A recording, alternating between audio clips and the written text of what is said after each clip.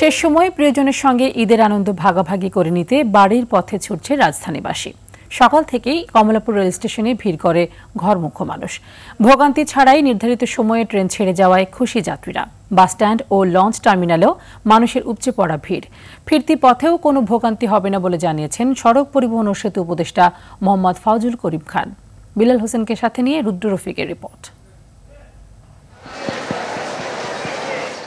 পরিবারের সদস্যদের সাথে ঈদের আনন্দ ভাগাভাগি করে নিতে নারীর টানে বাড়ি ফিরছে রাজধানীবাসী। অন্যবারের তুলনায় এবারের ঈদযাত্রা অনেকটাই স্বস্তিদায়ক। ট্রেন স্টেশনে নেই সেই চিরচেনা অপেক্ষা আর ভোগান্তি। নির্দিষ্ট সময়ে প্ল্যাটফর্ম ছেড়ে যাচ্ছে ট্রেনগুলো। এবার অনেক ভালো হয়েছে, অনলাইনে টিকিট কাটছি, সিট পাইছি, জ্যামজট নাই, পরিবেশ সুন্দর। এখন পর্যন্ত আমাদের কোনো সমস্যা হয় না। রেলওয়ে মহাপরিচালক বলেন, যমুনা রেল সেতু চালু হওয়ায় শিডিউল বিপর্যয় এড়ানো সম্ভব হয়েছে। যমুনা ব্রিজে আমাদের অতিরিক্ত টাইম যেটা লাগতো সেই টাইমটা এবার সেভ হয়ে গেছে।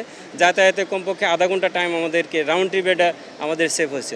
রাজধানীর বিভিন্ন বাস স্ট্যান্ডেও ঘরমুখো মানুষের উপচে পড়া ভিড়। সড়ক পথে ভোগান্তি ছাড়াই রাজধানী ছাড়তে পেরে খুশি যাত্রীরা। তবে কিছু পরিবহনের বিরুদ্ধে অতিরিক্ত ভাড়া নেওয়ার অভিযোগ উঠেছে। অতিরিক্ত ভাড়া আদায়কারীদের বিরুদ্ধে তাৎক্ষণিক ব্যবস্থা নেওয়া হচ্ছে বলে জানান বিআরটিএ চেয়ারম্যান। যে কটা অভিযোগ আমরা পেয়েছি সবগুলোতে আমরা শাস্তি দিয়েছি এবং রিপিটেড অভিযোগ হলে আমরা গাড়ি বন্ধ করে দিব।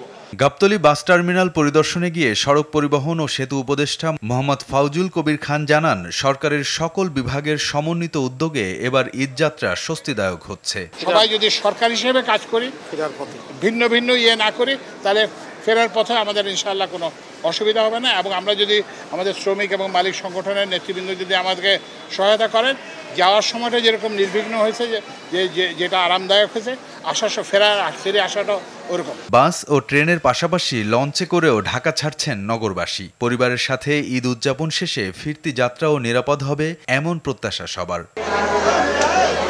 রুদ্র রফিক, RTV, ঢাকা।